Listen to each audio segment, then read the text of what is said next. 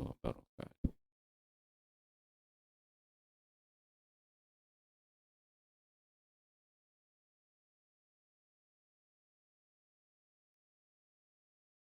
Bab kalimah tayyibah, kalimah iman. Hadis ke-50. An Mu'az bin Jabal radhiyallahu anhu anin Nabi sallallahu alaihi wasallam qala: Ma min nafsin tamutu wa hiya tashhadu an la ilaha illallah wa anni rasulullah yarji'u dhalika ila qalbin muqinin ila ghafarallahu laha, rawahu Ahmad. Sayyidina Mu'az bin Jabal radhiyallahu anhu meriwayatkan bahawa Nabi sallallahu alaihi wasallam bersabda, mana-mana jiwa yang mati dalam keadaan bersaksi dengan sepenuh hati dan yakin bahawa tiada Tuhan melainkan Allah dan sesungguhnya aku pesuruh Allah, pasti akan diampuni oleh Allah Subhanahu wa taala. Musnad Ahmad.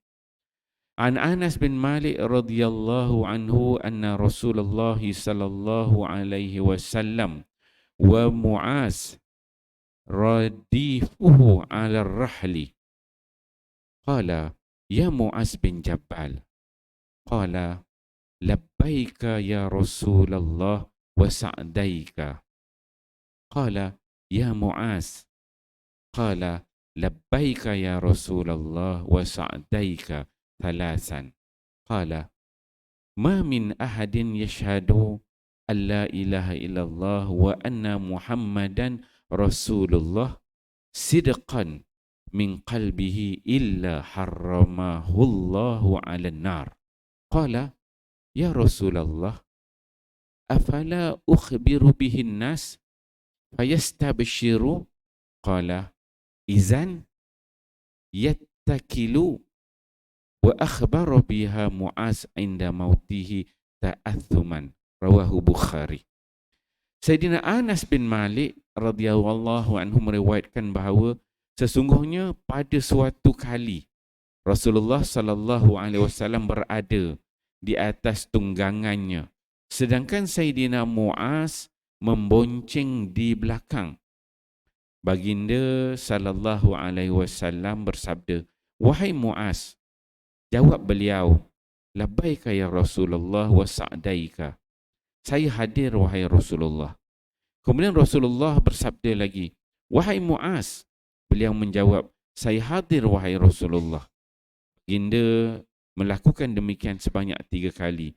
Kemudian baginda sallallahu alaihi wasallam bersabda, seseorang yang bersaksi bahawa tiada Tuhan yang layak disembah melainkan Allah dan Muhammad ialah pesuruh Allah setulus hati akan diharamkan oleh Allah Subhanahu wa ta'ala daripada api neraka.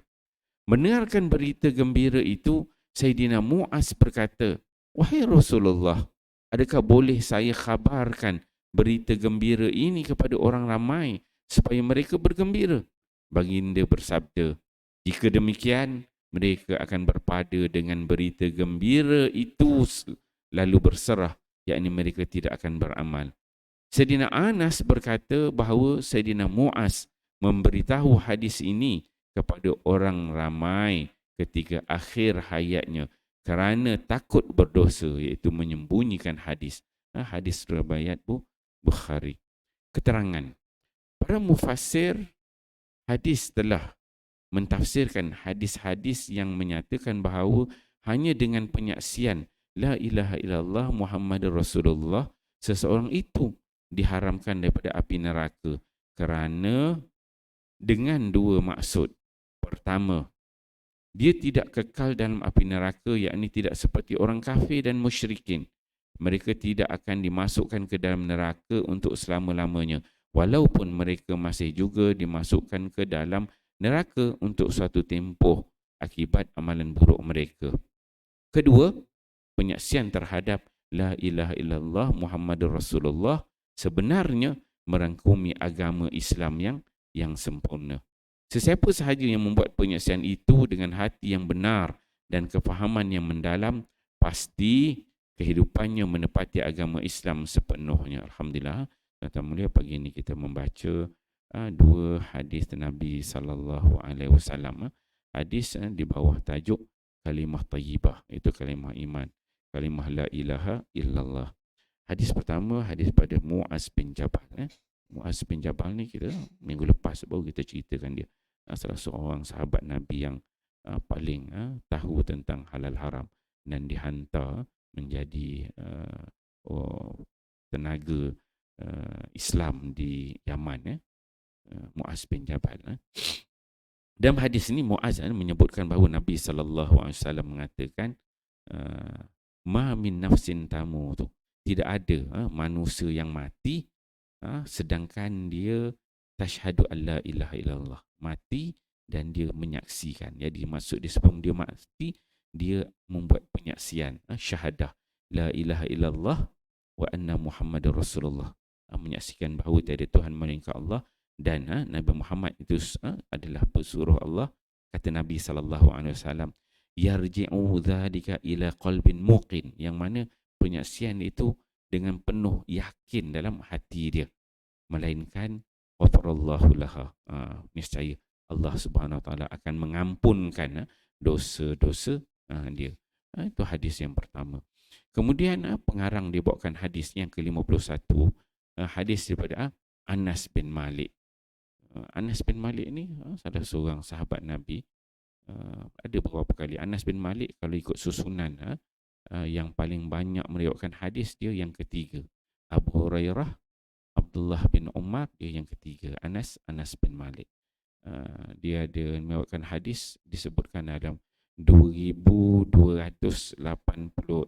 kalau tak silap saya, hadis yang diriwayatkan oleh Anas bin Malik. Jangan terbaliklah, Malik bin Anas lain. Itu Imam Malik, Imam Mazhab. Ini Anas bin Malik. Anas bin Malik ni dia pada kecil, umur dia 10 tahun, mak dia serahkan dia menjadi pembantu Nabi. Ummu Sulaim, mak dia nama Ummu Sulaim. Ummu Sulaim ni bila Nabi SAW berhijrah ke Madinah, Ummu Sulaim ni dia orang biasa, orang kampung. Dia tengok banyak sahabat-sahabat lain orang Ansar. Ansar ni golongan Madinah, tolong Nabi, bagi tu, bagi harta lah, bagi ini, tolong Nabi, macam-macam. Yang ada tu masing-masing membantu Nabi. Ummu Sulaim ni dia tak ada apa nak bagi. Cuma dia ada seorang anak yang cukup dia sayang, yang namanya Anas bin Malik. Ketika itu Anas bin Malik umur 10 tahun, dia datang jumpa Nabi, wahai Rasulullah, aku tak ada apa aku nak bagi. Aku tengok orang lain bagi tu, bantu tu, aku tak ada apa nak bagi, kata Ummu Sulaim. Kata, aku hanya ada anak je seorang ni, Anas bin Malik. Maka dia serahkan anak dia. Aku serahkan anak aku kepada engkau Rasulullah, jadi pembantu Nabi SAW. Dan mak dia pesan, minta kepada Nabi, ya Rasulullah, doakanlah untuk anak aku ini. Maka Nabi SAW dia doakan untuk Anas bin Malik. Ada 3 B dia doakan. Banyak harta, banyak anak, dan juga banyak umurnya. 3 B. Umurnya panjang, hartanya banyak, dan cucunya banyak. Betul. Anas bin Malik ini merupakan sahabat Nabi yang paling panjang umur dan yang terakhir mati. Dia mati bagi yang di Basrah kan. Dia sahabat Nabi yang terakhir mati. Dia meninggal 93 Hijrah. Kalau 93 Hijrah campur 10 tahun. Umur dia sebelum Hijrah, jadi umur dia 103. Panjang. 103 umur dia. Dan dia memang, harta dia memang banyak. Anak cucu dia memang ramai. Jadi makbul doa Nabi pada dia. Banyaklah dia membantu Nabi, rapat dengan Nabi. 10 tahun, daripada umur 10 tahun tu memang dia berkhidmat dengan Nabi lah. Segala-galanya, rumah Nabi tu rumah dia, dan Nabi anggap Anas bin Malik ni seperti anak dia sendiri. So dalam hadis ini disebutkan bahawa hadis Anas ni dia menceritakan bahawa satu ketika dia bercerita dengan Muaz. Kalau kita tengok hadis ni, kita akan tengok dia punya korelasi antara hadis tu. Kalau yang hadis ini riwayatkan oleh orang tua, dia cerita orang tua kan. Kalau kanak-kanak, dia akan hadis tu cerita tentang kanak-kanak, umur sederhana. Ini macam hadis Anas ni ceritakan tentang Muaz. Muaz ni umur 18 tahun. Jadi dia orang tu berkawan-kawan jumpa Nabi, dia dapat cerita tu. Jadi kita dapat rasalah suasana tu. Jadi dia mengatakan satu ketika bahawa Rasulullah sallallahu alaihi wasallam bersama dengan Muaz dalam satu perjalanan, dia kata, dalam satu tunggangan. Ketika itu Nabi berkata kepada Muaz, "Ya Muaz bin Jabal." Kemudian Muaz dijawab, "Labbaika ya Rasulullah wa sa'daita." Kemudian qala ya Muaz, qala labbaika ya Rasulullah wa sa'daita, 3 kali. Ini cara Nabi. Kita minggu lepas kita ada cerita Muaz ni antara orang yang Nabi doakan, dan juga Nabi kata, "Aku sayang pada engkau Muaz," kan. Dan dalam hadis ni kita baca Nabi dipanggil Muaz ni, "Wahai Muaz." Cara Muaz dijawab tu, "Labbaika wa sa'daita." Muaz. Kemudian Muaz dijawab, "Labbaika wa sa'daita." Wahai Muaz, dijawab lagi 3 kali. Labbaika wa sa'daita. Labbaika ni maksudnya, aku menyambut seruan engkau dan taat apa yang kau kata. Wa sa'daita, dan aku mohon supaya sentiasa membantu aku berterusan. Ini adab para sahabat kan, dia menggunakan bahasa yang cukup halus. Bila diseru tu, bila Nabi panggil sahabat, dia kata, "Labbaika wa sa'daika." Labbaika wa sa'daika. Maksudnya kalau panggilan Nabi tu, aku sambut panggilan kau ya Rasulullah, dan aku taat pada engkau. Wa sa'daika, dan aku mohon sangat supaya engkau doakan aku, bantu aku berterusan. Itu kata-kata sahabat memang cukup halus dengan Nabi. Ini Muaz. Jadi Nabi SAW mengatakan, "Ma min ahadin yashhadu an la ilaha illallah." Tidak ada pun seorang manusia yang menyaksikan tiada Tuhan melainkan Allah, wa anna Muhammadan Rasulullah, dan Nabi Muhammad itu ialah pesuruh Allah. Dia kata, sidqan min qalbi, dengan penuh benar dalam hatinya, illa, melainkan, kata Nabi SAW, haramahullahu ala nar. Allah akan mengharamkan dia daripada api neraka Allah. Maksudnya dengan kalimah la ilaha illallah, kalimah tayyibah itu sidqan fi qalbi, benar dalam hati, yakin betul dalam hati, maka haramallahu ala nar, Allah mengharamkan dia daripada api neraka Allah. Bila dengar begitu, qala ya Rasulullah afala ukhbiru bihin nas, boleh tak aku ceritakan ini? Ceritakan perkara yang mengatakan syahadah itu dah boleh lepas daripada api neraka. Afala ukhbiru bihin nas faistabshirun, supaya mereka bergembira dengan berita ini. Kata Nabi SAW, idzan yatakiluna. Wa akhbara biha Muaz inda mautihi ta'athuman. Dia kata, kalau kau bagi tahu sekarang, dia kata, kalau kau bagi tahu, maka mereka ni semua akan berpada dengan kalimah tayyibah. Cukuplah kalimah la ilaha illallah, tak payah buat, tak beramal langsung kan. Duduk itu sikit-sikit la ilaha illallah Muhammad Rasulullah, tak payah kerja dah kan. Duk percaya gitu je.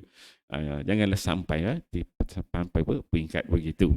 Tetapi Anas bin Malik ni, hadis Anas dia beritahu, wa akhbara biha Muaz, tapi Muaz dia ceritakan juga kisah ni dia dengan Nabi tu, yang labbaika wa sa'dai, dia ceritakan juga inda mautihi ta'athuman, sebelum dia mati.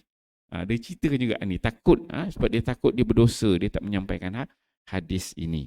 Kelebihan kalimah tayyibah, kalimah la ilaha illallah. Jadi sebelum Muaz dia mati, dia ceritakan juga. Muaz kan semalam kita cerita, dia 18 tahun, 36 tahun kan. Anas ni sampai 103 tahun kan. Jadi Anas ni sebelum Muaz mati tu, dia dapat hadis ini daripada Sayyidina Muaz. InsyaAllah tuan-tuan mulia, bila kita dengar hadis ini, kita faham betapa pentingnya kalimah tayyibah, kalimah la ilaha illallah. Moga ada dalam kita semua. Wallahu a'lam. Subhanakallah. Sallallahu